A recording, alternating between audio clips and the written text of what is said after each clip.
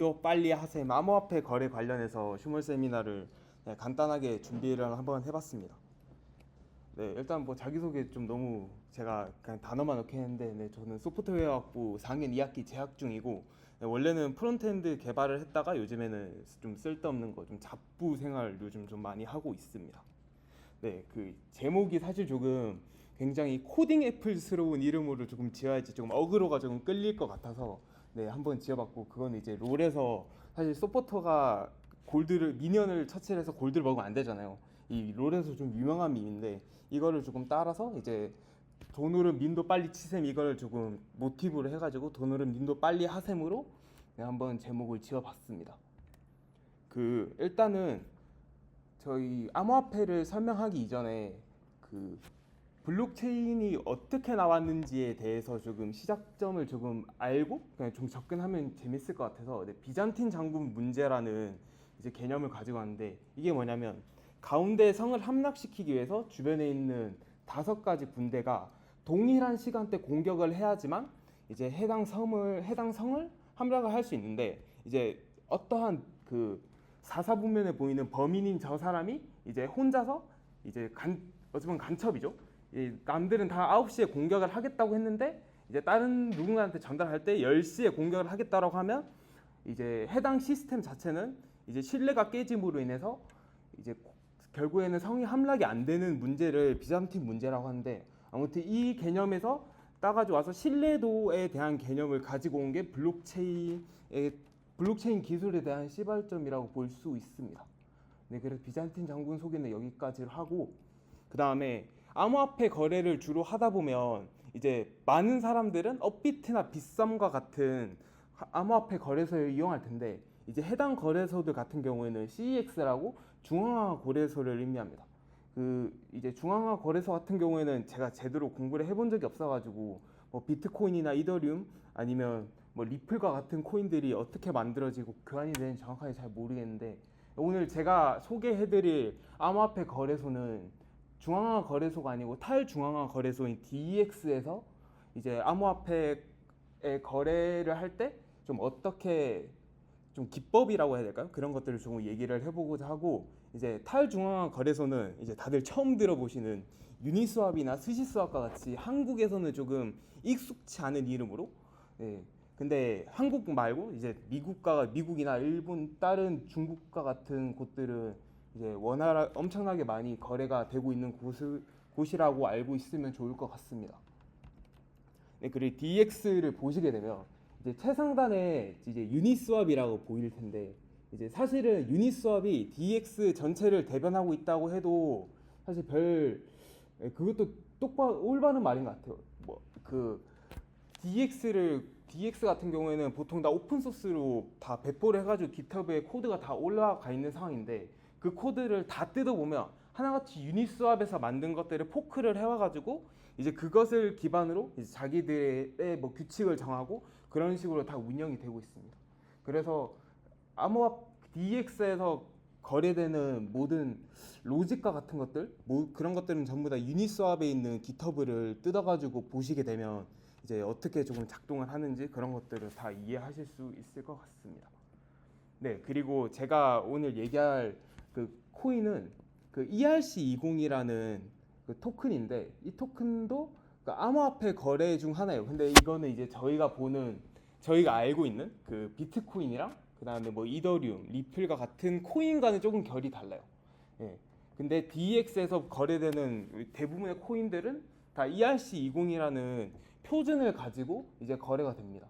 그래서 뭐 보면 뭐 USDT나 뭐 USDC 같은 것들은 다들 그래도 암호화폐를 좀 접하신 분들이라면 좀 알 수 있을 것 같고, 그 다음에 뭐 WETH라던가 아니면 WBTC 같은 것들은 이제 비트코인과 이더리움과 같이 1대1 비율로 동일하게 가격을 측정하는 애들인데, 이제 그거를 ERC20이라는 표준에 맞게 웨퍼로 감싸가지고 덱스 안에서 이제 거래가 되도록 구현해 놓은 것들이라고 알고 계시면 좋을 것 같습니다. 그리고 ERC20 토큰은 이제 막 비트코인 백서와 같은 것들을 보면 코인 되게 어렵게 만들어가지고 이제 배포하고 그 C++ 코드 같은 것들도 살펴보면 되게 복잡하게 되는데, ERC20은 솔리디티를 활용해서 지금 지금 이 보이는 함수와 같이 민트로 발행만 하면 끝이에요. 이렇게 발행만 하면 이제 저만의 토큰을 만들 수 있어요. 그리고 저 토큰이 이더리움 네트워크 상에서 이제 계속 활발하게 작동을 할 수 있는데, 이제 그렇게 되려면 그거에 대한 필요 충분 조건이 이제 유동성이 없다면 가치가 없는 코인이 된다라는 게 제일 큰 핵심입니다. 네, 그 유니스왑에서 얘기를 했다시피 유니스왑에서는 그 제가 뭐 1,000원으로 어떤 아이스크림을 샀다. 그 1,000원에 대한 공통된 기준 화폐가 없고, 막 A 토큰이 있으면 A 토큰을 B 토큰과 바꾼가, 뭐 B 토큰을 C 토큰과 바꾼다와 같이 이제 토큰과 토큰 간의 거래가 있기 때문에 그 토큰들 사이에 있는 유동성을 기반으로 해서 이제 코인의 가치가 형성이 되는 것을 알 수 있는데, 이제 이때 사용되는 함수가 x 곱하기 y는 k라고 해서 이제 저희 이제 흔히 아는 그 수학에서 많이 봤던 이제 그 그래프인데, 이제 x하고 y가 이제 각 토큰 뭐 x 토큰과 y 토큰에 대한 그 비율이고, 이제 k는 상수고 그 상수 값도 이제 각 덱스마다 다 달라요. 그런 식으로 다 운영이 되고, 그래서 아무튼 x 곱하기 y는 k니까 아무래도 상수 어떠한 곱을 해도 상수에 접근을 하니 이제 그 함수에 맞춰서 유동성이 결정된다고 볼 수 있습니다. 네, 그리고 결국에 저희가 암호화폐를 하는 이유는 그 암호화폐에 대한 가치를 판단을 해서 암호화폐를 살 수도 있겠지만 사실 다 돈 벌려고 하는 거라고 저는 생각을 해요.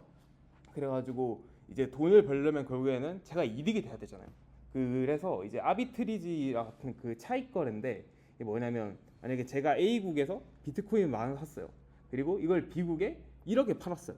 저는 이제 그러면 9,999만 원을 이득을 본 거죠. 예, 그런 식으로 어쨌든 토큰을 사서 더 비싼 값으로 파는 게 이제 제일 큰 목표고, 그것을 구현하기 위해서 이제 어떠한 기법이 있는지를 오늘 설명을 하려고 발표를 준비를 했습니다. 네.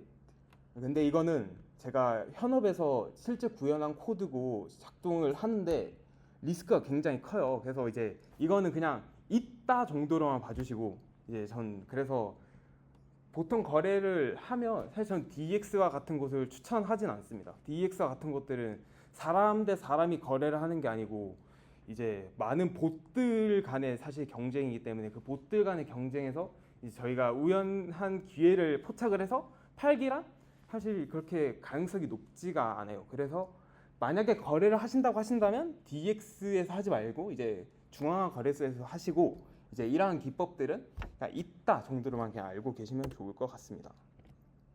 제가 현업에서 구현한 코드는 그 사이클링이라고 해가지고, 제가 방금 덱스 안에서는 결국에는 기준 통화가 없고 뭐 A 토큰을 B 토큰으로 바꾼다, 뭐 B 토큰을 C 토큰으로 바꾼다와 같이 그 결국에 토큰과 토큰 간의 그 유동성으로 가치가 형성이 되는 거라고 했는데, 이제 그래서 그리고 차익 거래는 결국에는 제가 아까도 얘기했다시피 뭐 비트코인을 10,000원에 사서 1억에 팔았으면 이제 그만한 이익이 있잖아요. 그럼 이제 이것도 결국에 보게 되면 A 토큰이 뭐 B 토큰, C 토큰으로 돌아서 결국 A 토큰으로 다시 돌아왔을 때, 만약에 처음에 1로 시작했는데 마지막 끝이 1.x로 끝나도 결국에는 제가 0.x를 먹은 거니까 결국에는 이득을 본 거죠. 이제 이런 식으로 그 조금 생각을 해가지고 코드를 구현한 게 있습니다. 근데 이거는 이제 다들 그 개발을 하시다 보면 아시는 게 이제 외원판 문제라고 해서 이제 도시들을 탐방을 하는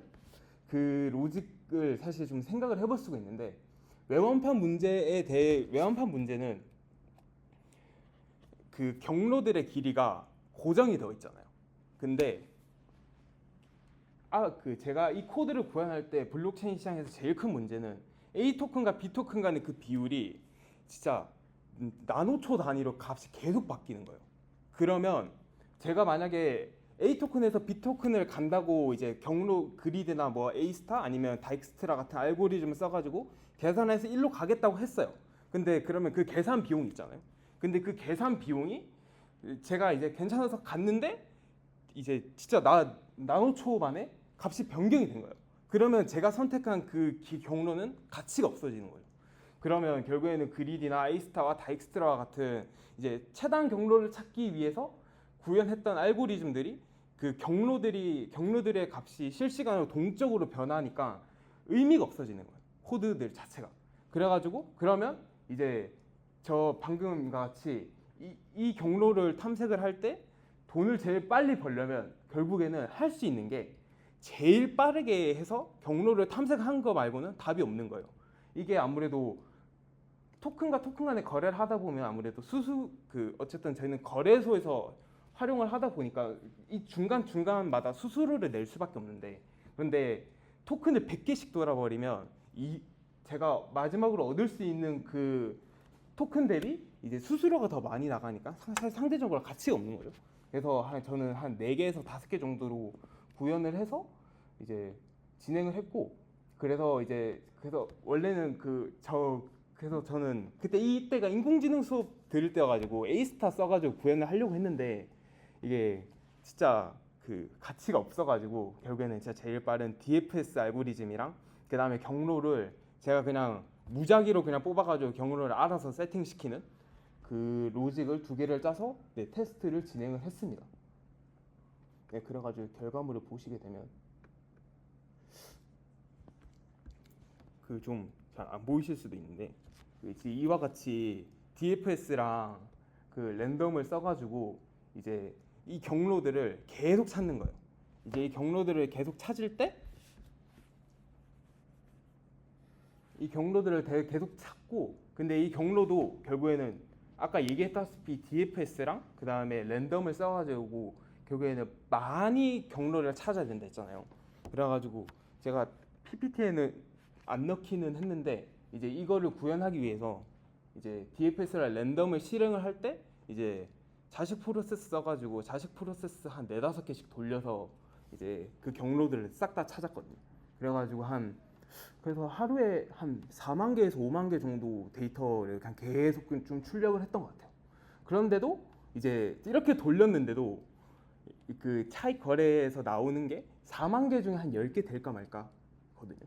그래서 제가 덱스에서 하지 말라고 했던 이유가 이러한 고민들을 하고 그와 관련 이 고민을 바탕으로 코드를 짜고 이제 실제로 실행을 시켜봐도 이제 그 확률이라고 해야 될까요? 뭐 4만 분의 10이면 사실 도전하기에는 좀 리스크가 큰 확률이잖아요. 그런데도 이제 뭐 블록체인 회사에서는 사실 이러한 것들도 하나의 가치라고 보고 이제 이걸로 돈을 벌겠다, 이러한 기술을 그냥 사겠다라는 그러한 체결이라고 해야 될까요? 뭐 그런 게 좀 많긴 했습니다.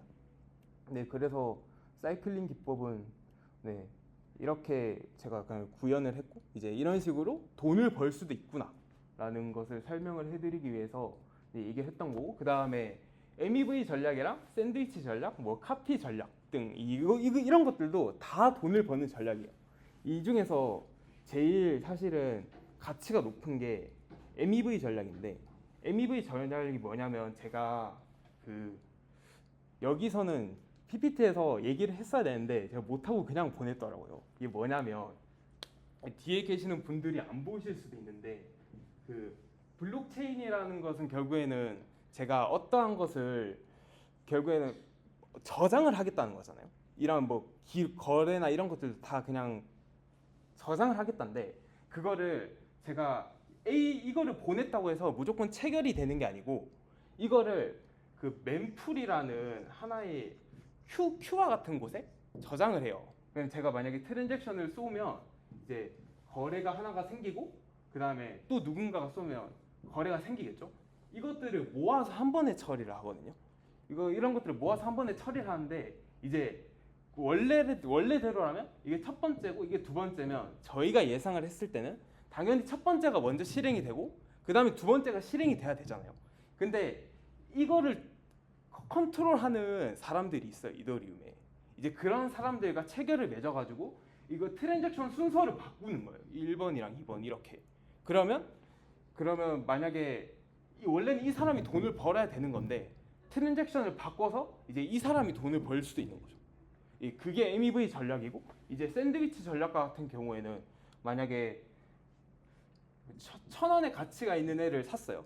그 천 원이랑 가치가 있는 애를 만약에 제가 이 토큰을 팔아버리면 이 토큰의 가치는 떨어지겠죠. 그렇죠? 근데 이 토큰을 사면 가치가 오르겠죠. 그러면 그러면 토큰을 사고 파는 그 중간에 이제 이렇게 공격을 하고 이렇게 공격을 해서 이제 돈을 이제 이 사람은 가운데 있는 사람은 돈을 잃고 제가 이렇게 두 개를 알려가지고 돈을 버는 거예요. 이제 그런 식으로 좀 안 보였을 것 같은데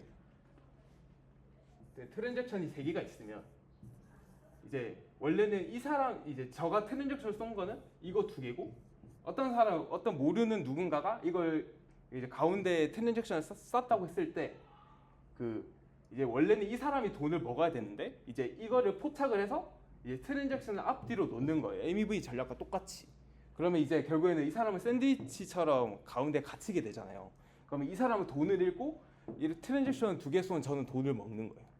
이제 그런 식으로 돈을 벌 수도 있어요. 그래서 덱스가 위험한 거고, 예. 그다음에 카피 전략 같은 경우에는 이제 제가 방금 덱스에는 되게 많은 봇들이 있다고 했잖아요. 근데 그 봇들도 결국에는 누군가가 이러한 전략들을 만들어 가지고 그걸로 돈을 벌겠다는데 블록체인 특성상 트랜잭션을 한번 쏘게 되면 이제 덱스와 같은 경우에는 보통 메타마스크와 같은 그런 지갑들로 거래를 많이 하거든요. 근데 그 거래를 할 때 그 지갑 주소가 찍혀요. 근데 그 지갑 주소로 결국에는 다 거래를 하는 건데 누군가가 돈을 번다면 그 지갑 주소를 모니터링해서 그 사람을 그냥 계속 따라가는 거죠. 그런 식으로도 돈을 벌 수가 있다. 네, 그래서 제가 얘기했던 사이클링 말고도 이제 뭐 MEV라든가 샌드위치 아니면 카피와 같은 전략들도 이제 덱스 상에서는 충분히 돈을 벌 수 있는 충분한 수단이 되지만 리스크가 너무 크기 때문에 이제 그냥 재미로만 봐주면 좋겠다 였습니다. 예, 그리고 이제 이거는 저희 바람인데 그 이제 학교에 블록체인 학회가 없고 좀 약간 저 혼자 좀 외로운 싸움을 하고 있는 것 같아서 지금 몇 분 없기는 한데 이제 뭐 블록체인에 관심이 있다거나 아니면 오늘 얘기를 듣고 뭐 혹시라도 자기가 투자봇을 한번 만들어 보겠다 아니면 이러한 아이디어가 있다 뭐 그런 분들 있으면 저한테 연락 주시면 같이 프로젝트 해보면 좋을 것 같습니다. 네, 이상으로 발표 마치겠습니다. 감사합니다.